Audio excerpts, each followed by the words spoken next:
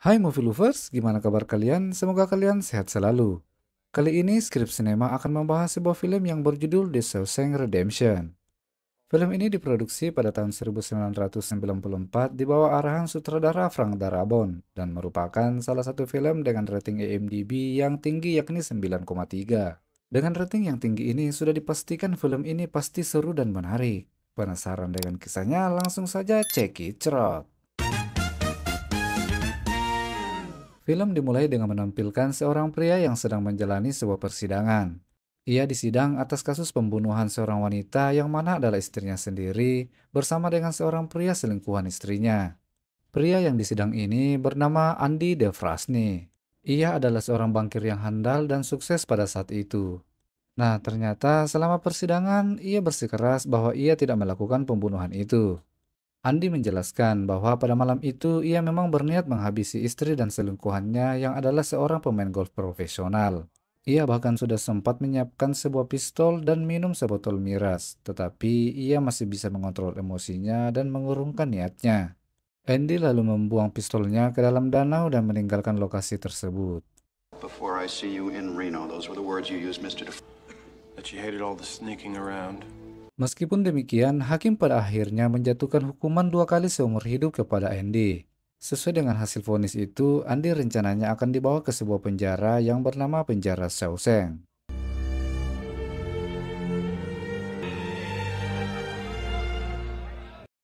Sin pun kemudian berpindah ke Penjara Shawshank. Di sana terdapat seorang narapidana yang sudah ditahan selama 20 tahun yang sedang mengajukan banding atau gerasi namun masih ditolak oleh pihak penjara.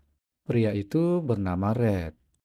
Karena sudah lama di penjara, sosok Red banyak dikenal baik sesama napi maupun para pekerja dan sipir tahanan. Ia bahkan terkenal di sesama napi sebagai pemasok barang-barang ilegal ke dalam penjara. Ia sepertinya sudah menjalin kerjasama dengan beberapa staf dan sipir penjara. Prison for him. Early 1947 for murdering his wife and the Tak lama kemudian, Andi akhirnya tiba di penjara Shawshank. Setelah semua rombongan tahanan diturunkan, mereka kemudian mendapat pengarahan dari kepala penjara tentang aturan-aturan selama dalam tahanan. Nama kepala penjara itu adalah Norton.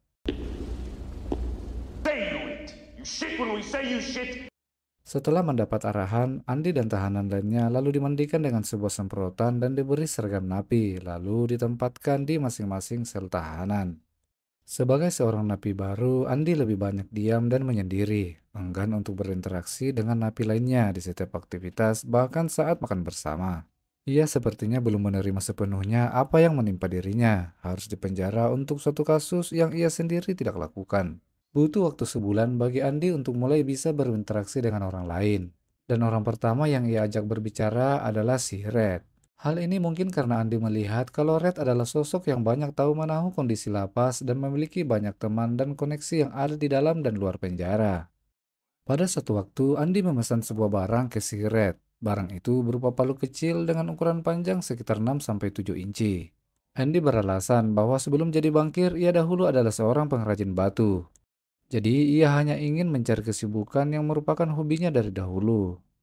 Andy dan Red kemudian saling tawar-menawar terkait harga yang akan mereka sepakati. Meskipun demikian, Red tetap memberi peringatan kepada Andy bahwa di lapas sering dilakukan penggeledahan secara mendadak. Jadi, ia harus tetap waspada menyimpan barang-barangnya yang mencurigakan. wife killing banker. What? A rock hammer. It's making it even $10. 10 it is. Setelah melalui beberapa trik dan melibatkan banyak pihak, barang pesanan Andi akhirnya sampai di kamar sel tahanannya. 2 tahun berlalu. Pada suatu waktu, Norton selaku kepala penjara menyampaikan bahwa akan dilakukan perbaikan pada atap pabrik dan membutuhkan beberapa tenaga narapidana. Nah, dalam pengerjaan proyek ini, Andi dan Red juga ikut dilibatkan. Saat sementara bekerja, Andi secara tidak sengaja mendengar kepala penjaga yang sedang bercerita tentang rendahnya klaim asuransi dari saudaranya yang baru saja meninggal. Andi yang memang seorang bankir memberanikan diri menghampiri kepala penjaga dan mengusulkan cara untuk melipat gandakan asuransi itu. Meskipun awalnya menolak dan ragu, kepala penjaga itu lalu mengiyakan bantuan Andi untuk mengurus klaim asuransi dari saudaranya yang baru saja meninggal. Sebagai imbalannya, Andi hanya meminta kepada kepala penjaga itu untuk memberikan sebotol bir kepada rekan-rekan napi yang bekerja saat itu. Up while it's cold, ladies. thinking of getting a board together. Well, hey, you talking to the right. Pada suatu waktu, Red bertanya kepada Andy mengapa ia sering membuang serpihan bebatuan dari balik celananya saat ia berjalan di halaman penjara. Andy mengatakan bahwa itu sebenarnya adalah sisa-sisa dari batuan yang ia pahat menjadi miniatur dan pion-pion catur. Saat sedang asik menonton sebuah layar tancap, Red kembali didatangi oleh Andy dan memesan sebuah barang. Nah, barang yang dipesan oleh Andy adalah sebuah poster artis film yang cukup terkenal pada masa itu. Dan tak butuh waktu lama, poster itu pun sampai ke tangan Andy. Beberapa minggu kemudian, Pak Norton melakukan sidak secara mendadak. Kamar Andy pun ikut diperiksa. Sambil memegang sebuah Alkitab, Andy pun hanya pasrah kamarnya digeledah oleh para penjaga saat itu. Nah, pada suatu momen, Pak Norton melihat poster yang terpasang di kamar Andy. Ia lalu berkata bahwa itu sebenarnya dilarang, tetapi tak masalah karena terkadang ada pengecualian. Hey, you're good with numbers. Oh, nice. It's pretty clean. Exceptions can be made. Nah, ternyata ada udang di balik batu. Pengecualian yang diberikan oleh Pak Norton ternyata karena ia ingin memberi Andy pekerjaan tambahan sebagai seorang pengurus perpustakaan. Selain itu, Andy juga harus membantu mengurus pajak dari para sipir penjara. Dan karena kinerja yang baik, setahun kemudian Andy juga dipercayakan mengurus pajak dari Pak Norton. Melihat cara kerja Andy yang sangat pintar dalam hal pengelolaan keuangan, Norton lalu mempercayakan Andy untuk mengurus keuangan pribadinya. Nah, ternyata Pak Norton ini adalah sosok yang sering melakukan praktek money laundry dari hasil korupsi dan hasil suap dari para kontraktor jika ada proyek yang dilakukan dalam wilayah penjara. Nah, disinilah Pak Norton memaksimalkan keahlian Andy untuk mengelola semua asetnya. Setiap pembukuan keuangan selesai dilakukan, semua berkas disimpan dalam sebuah berangkas yang kodenya hanya diketahui oleh Pak Norton. Pada akhirnya, Andy menceritakan ke Red tentang semua praktik cuci uang dan korupsi Pak Norton. Meskipun demikian, Red tetap memperingatkan Andy untuk tetap berhati-hati karena biar sehebat apapun ditutupi, kejahatan tetap akan meninggalkan jejak. Tetapi Andy malah menjawab bahwa kalaupun terbongkar yang akan diseret selain Pak Norton bukan dirinya, tetapi seseorang yang bernama Randall Stephen. Red pun menjadi bingung dengan perkataan Andy, siapa sebenarnya Randall Stephen itu. Beberapa waktu kemudian, penjara Suseng kedatangan beberapa tahanan baru dan salah seorang di antaranya bernama Tommy. Ia dihukum 2 tahun penjara karena kasus pencurian, dan tak butuh waktu lama, Tommy menjadi akrab dengan Red dan gengnya. Nah, pada suatu momen saat sedang beristirahat, Tommy bertanya kepada Red tentang kasus yang menimpa Andy. Red pun menjelaskan bahwa Andy dipenjara karena ia dituduh membunuh istrinya saat sedang berselingkuh dengan seorang pemain golf. Namun, sampai saat ini, Andy tetap bersikeras bahwa bukan ia pembunuhnya. Mendengar itu, Tommy pun tertegun dan ia seakan mengalami deja vu. Ia lalu segera memanggil Andy dan menceritakan pengalamannya 4 tahun lalu. Pada saat itu, ia pernah dipenjara di penjara Thomaston karena kasus pencurian. Nah, kebetulan ia satu sel dengan seorang napi bernama Elmo yang merupakan seorang perampok bersenjata. Elmo menceritakan bahwa ia pernah membunuh seorang pemain golf bersama dengan selingkuhannya yang mana memiliki seorang suami yang bekerja di sebuah bank. Tetapi lucunya justru suami selingkuhannya itu yang dipenjara. Demikian cerita Tommy. What? Know who'd you kill? So he said, In Dewey's place. See this golf pro, but she's married to some other. Mendengar itu semua, Andy seakan menemukan titik terang akan kasusnya. Dengan penuh keyakinan, ia mendatangi Norton dan menceritakan semuanya dan berharap ia akan dibantu oleh Norton mengajukan banding atas kasusnya. Namun Norton memiliki pemikiran lain. Jika ia membantu Andy dibebaskan dari kasusnya, ia takut Andy akan membocorkan kasus-kasus korupsi dan money laundry yang selama ini ia lakukan. Karena itu, ia menolak untuk membantu Andy. Hal ini membuat Andy berontak dan melawan Norton, sehingga ia malah dihukum oleh Norton dengan cara dikurung dalam sel isolasi selama sebulan. Keesokan harinya, Norton memanggil Tommy untuk berbicara empat mata. Norton menanyakan kebenaran informasi yang ia dengar dari Andy. Tommy pun mengiyakan semua informasi itu dan mengaku siap menjadi saksi bila diperlukan demi untuk membebaskan Andy dari tuduhannya selama ini.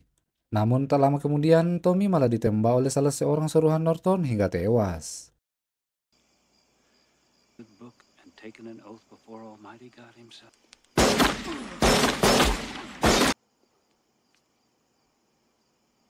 Keesokan harinya, Norton menghampiri Andy dalam ruang isolasi dan menjelaskan bahwa Tommy telah tewas. Ia terpaksa ditembak oleh petugas penjaga karena kedapatan sedang berusaha kabur dari penjara. Tapi tentu saja Andy tidak percaya dan ia yakin bahwa Norton yang ada di balik kematian Tommy. You think you've been fucked by a train? Setelah kejadian itu, Andy menjadi sosok pendiam dan sering menyendiri. Dan pada suatu waktu, Andy terlihat berbicara cukup serius dengan Red. Ia meminta Red untuk melakukan sesuatu jika suatu saat Red sudah keluar dari penjara. Ia ingin Red mengunjungi satu wilayah di daerah Buxton, daerah dengan padang rumput yang luas dengan sebuah batu yang berjejer panjang dekat sebuah pohon oak. Di sana, Red akan menemukan suatu batu yang posisinya agak berbeda dari batu yang lain dan mengambil sesuatu yang ada di bawah batu itu. Red pun bertanya dengan muka kebingungan apa isi benda itu, tapi Andy hanya menjawab nanti ia akan tahu saat ia sudah mengambilnya. Get out of here, do me a favor. The big oak tree at the north end. Pada satu malam, Andy menyelesaikan pembukuan keuangan Norton seperti biasanya. Norton pun mengapresiasi Andy karena masih bersedia membantunya mengelola uang pribadinya. Setelah menyelesaikan semua pekerjaannya, Andy pun kembali ke sel untuk beristirahat sambil berjalan kaki dengan tatapan yang dingin. Nah, pada malam itu, cuaca sedang hujan lebat dengan bunyi petir yang menggelegar. Di dalam sel tahanan, Andy terlihat sedang duduk, lalu kemudian tiba-tiba ia mengambil sebuah tali dari bawah sebuah bantal. Entah apa yang akan dilakukannya. Hari berganti pagi, seperti biasa, penjaga melakukan pemeriksaan dan menghitung jumlah napi di tiap baris sel tahanan. Namun penjaga dibuat kaget ketika memasuki sel tahanan Andy, sebab di dalamnya sudah terlihat kosong. Norton pun segera datang dan segera menginterogasi si Red. Red yang juga sebenarnya tidak tahu menahu kemana Andy, hanya bisa menjawab apa adanya dengan sedikit kebingungan. Bagaimana mungkin Andy bisa kabur sementara kondisi pintu sel dan ventilasi masih terlihat utuh? Norton lalu melampiaskan amarahnya dan melemparkan beberapa benda dan pion catur yang ada di ventilasi jendela. Nah, saat Norton melempar ke air poster, sesuatu yang mencurigakan terjadi. Ternyata selama ini Andy membuat lubang pada dinding sel tahanan sejak memahami bahwa kondisi dinding sudah agak rapuh termakan usia. Ia menutupi lubang yang ia buat dengan poster yang ia pesan sebelumnya, dan ia pun menggunakan palu kecil untuk membuat lubang itu. Tapi di mana selama ini palu itu berada sehingga selalu lolos dari penggeledahan? Ternyata palu itu Andy simpan dalam sebuah Alkitab yang selama ini ia pegang. Sementara itu, material dinding yang ia hancurkan ternyata ia buang selama ini secara sembunyi-sembunyi di halaman penjara. Dan kalau kita ingat pada malam terakhir sebelum Andy hilang, cuaca sedang hujan dan banyak petir menggelegar. Disinilah Andy memanfaatkan bunyi petir untuk mensamarkan suara dari hantaman batu saat mencoba melubangi pipa pembuangan. Dan pada malam terakhir Andy membuat pembukuan keuangan Norton, ia ternyata telah menukar dokumen yang ia berikan ke Norton untuk disimpan di berangkas. Dokumen yang asli ia bawa saat kabur dari penjara. And Keesokan harinya, Andy segera mengunjungi beberapa bank dan mencairkan dana deposito yang ia simpan atas nama Randall Stephen. Ternyata Andy telah mentransfer semua dana Norton ke beberapa bank atas nama Randall Stephen. Andy juga memanipulasi data seolah-olah dia adalah Randall Stephen.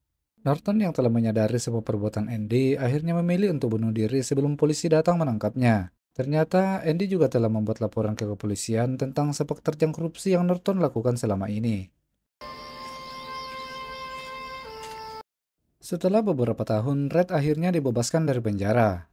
Ia lalu melakukan seperti yang Andy pernah minta sebelumnya dan berhasil menemukan sebuah kotak yang berisi uang dan alamat lokasi Andy saat ini. Red pun segera OTW ke alamat itu dan bertemu dengan Andy di sebuah tempat yang terlihat seperti sebuah pulau terpencil. Nah, demikianlah akhir dari film ini. Semoga kalian terhibur dan sampai jumpa di video selanjutnya.